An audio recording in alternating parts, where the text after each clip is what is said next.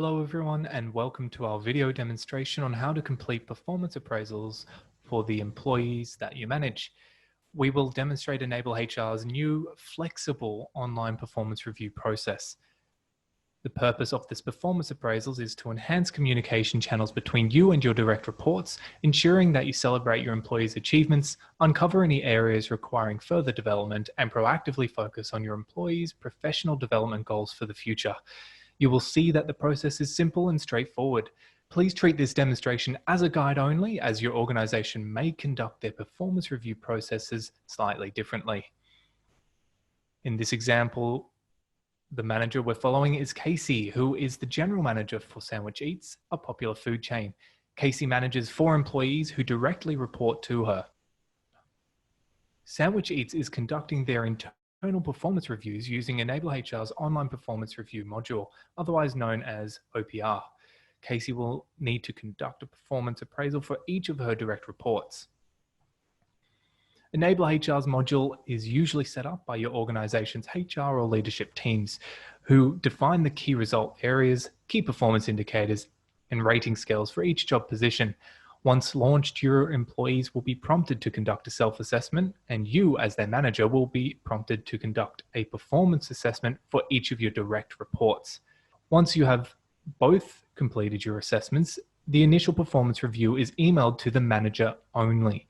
The manager has the option to either amend your employee assessment or control the timing for the release of your report to the employee.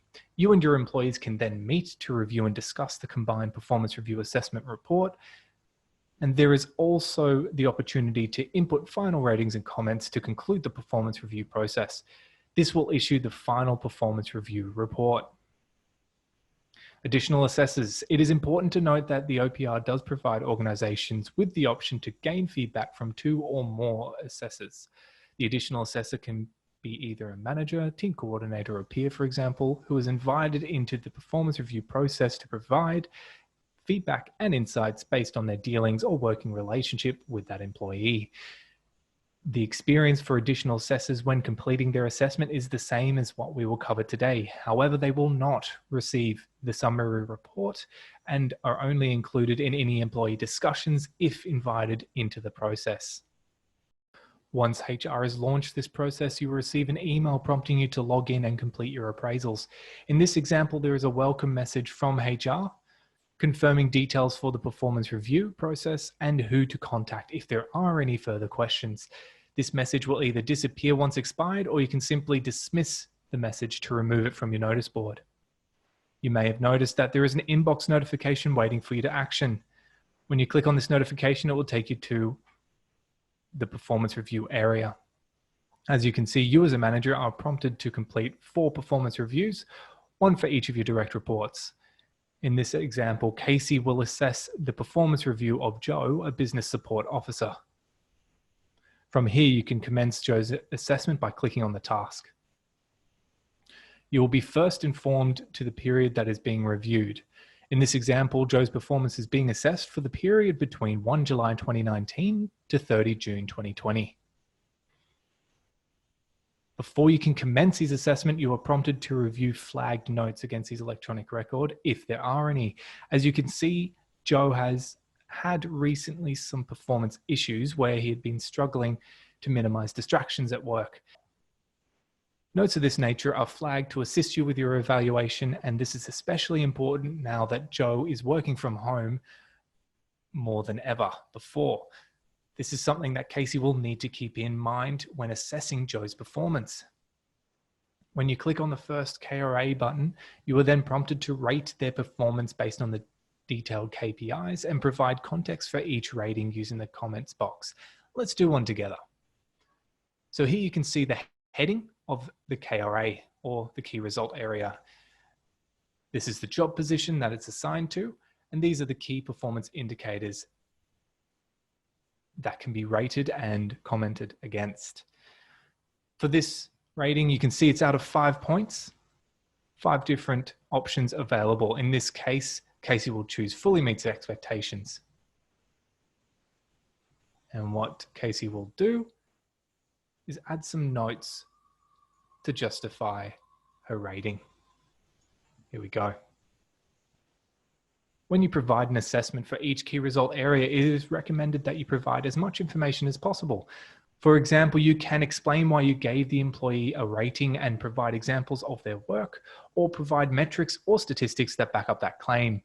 You can input whatever you think is relevant to the KRA. Now, this does automatically save your work so that you can come back to it later if needed. As we work through each assigned key result area, you will see that you may be asked for a rating, a comment, or both. Let's complete the rest together. So you'll notice that this KRA does not have a rating scale, and it just has comments. This one is specific for the development goals on the next 6 months, and the key performance indicators are shown here for this key result area. Very similar to the previous ones, however, there is no rating scale. So a comment has been provided, awaiting the employee's response. And here is another. And this is an example of an objective, specifically regarding improving communication, that has been set in a previous performance review round. If the employee does not have any objectives linked to their account, this will not appear. Once you have completed all ratings and comments, you will finalize your performance review at the Review and Submit page. This page provides a summary of your assessment and allows you to complete any missed items or amend as needed. Now we have completed adding the notes to the objective. Casey will hit Review and Submit and it will take her to the summary page. In this case, let's assume you are happy with your assessment and therefore can now submit your employee's appraisal. The appraisal has been submitted. Once your employee has also completed their self-assessment, an initial performance review summary report is also automatically emailed to you as the manager. The report is not yet sent to the employee. Here is the email. Otherwise, you can access this report from going either through your tasks or My Organization, Group Performance Reviews within your self-service account. And it's under Ready to Finalize. If you click on the task, you can see here is the PDF of the initial ratings and comments input by both you as the manager and your employee. They're displayed together in the report.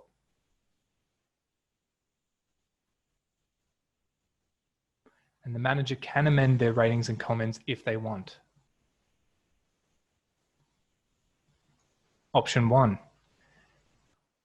Once you have read the employee's self-assessment, you have the ability to amend your ratings and comments if needed. You will need to contact your HR team, as the enableHR administrators will allow you to amend your employee assessment.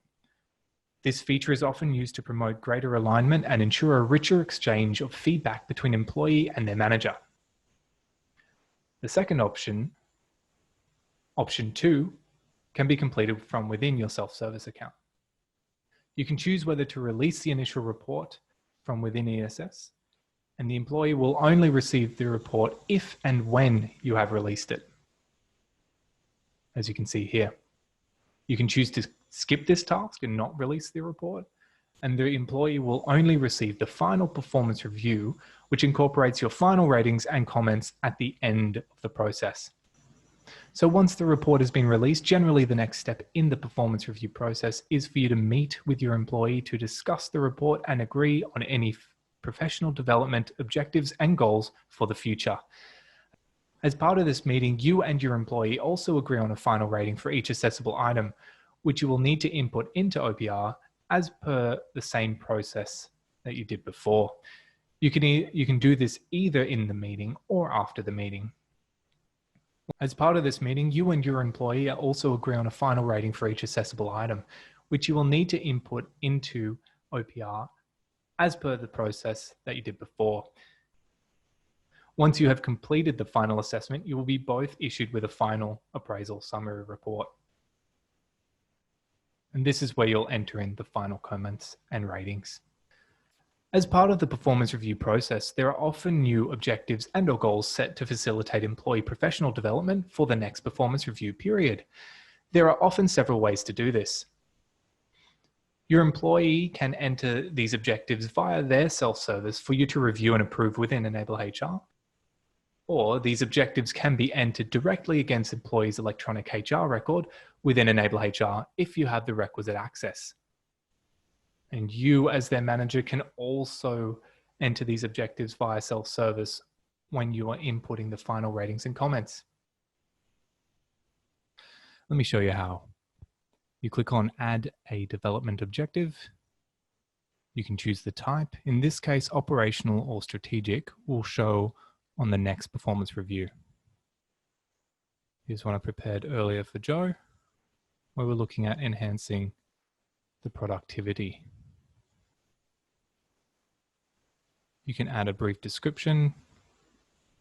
You can even detail what you expect as a manager from the next objective. So when it comes to performance reviews for next time, it's all here waiting for you. And the key performance indicators are important here as well, because these are the ones that can be measured against after selecting your rating scale. For this one, I just chose a standard 5-point scale. Once this is done, the performance review process is now complete. After you hit Review and submit this performance review. If you have any questions, please contact the account administrators within your organization. This is usually members of your leadership and/or your HR team members. From the team here at enableHR, thanks for watching this online performance review training video, and we'll see you in the next one.